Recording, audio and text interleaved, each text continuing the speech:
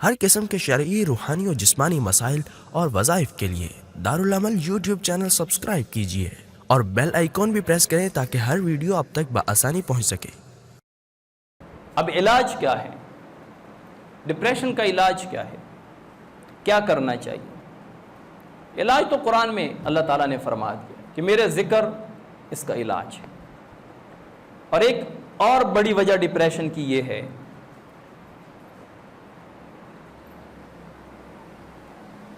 حضرت عمر رضی اللہ تعالیٰ عنہ فرماتے ہیں خلق اللہ لکل شیء قدرا، اللہ تعالیٰ نے ہر چیز کو ایک تقدیر پر منحصر کر دیا، ہر چیز کو مقدر کر دیا ہے۔ انسان پریشان کیوں ہوتا ہے، ڈپریشن میں کیوں جاتا ہے؟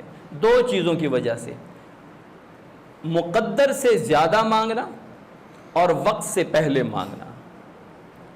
جتنا اللہ تعالیٰ نے آپ کے مقدر میں لکھا ہے اس پہ خوش نہیں ہو رہے، اور زیادہ کی تلاش کر رہے ہیں۔ جب آپ کے مقدر میں ماہانہ 20,000 ہے اور آپ 1,00,000 کی کوشش کریں گے تو ڈپریشن میں تو جائیں گے۔ جب اللہ تعالیٰ نے آپ کے لیے رزق روزی 40 سال کی عمر میں لکھی اور آپ 20 سال میں کوشش کر رہے ہیں، محنت کر رہے ہیں، کچھ ہاتھ نہیں آ رہا تو ڈپریشن میں تو جائیں گے۔ اسی لیے اللہ تعالیٰ نے شکر کا دیا ہے کہ آپ ہر حال میں شکر ادا کریں، اللہ تعالیٰ مزید بڑھائیں۔ مقدر سے زیادہ وقت سے پہلے مانگنا انسان کو ڈپریشن میں مبتلا کر دیتا ہے۔ تو ہمیں ہر آن، ہر گھڑی، ہر حال میں اللہ کا شکر ادا کرنا چاہیے اور کثرت سے اللہ کا ذکر کرنا چاہیے۔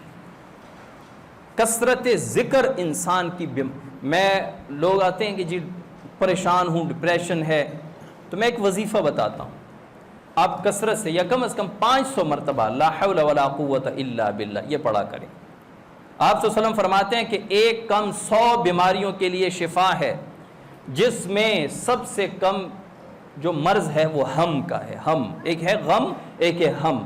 عربی میں اس کو ایسے تقسیم کیا گیا ہے کہ غم اسے کہتے ہیں جو گزشتہ واقعے پر بندہ کرتا ہے، ہم اسے کہتے ہیں کہ آئندہ کسی حادثے، واقع، غم کا خوف آپ پر سوار ہو، اس کو کہتے ہیں ہم۔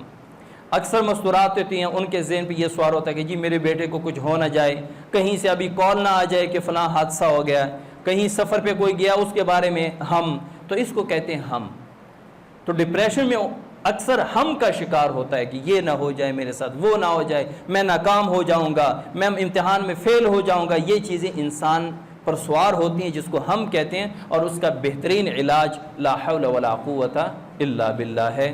اللہ تعالی ہماری تمام پریشانیاں دور فرمائے اور اللہ تعالی ہمیں ذکر کرنے والا وہ بنائے۔ وما علینا الا البلاغ۔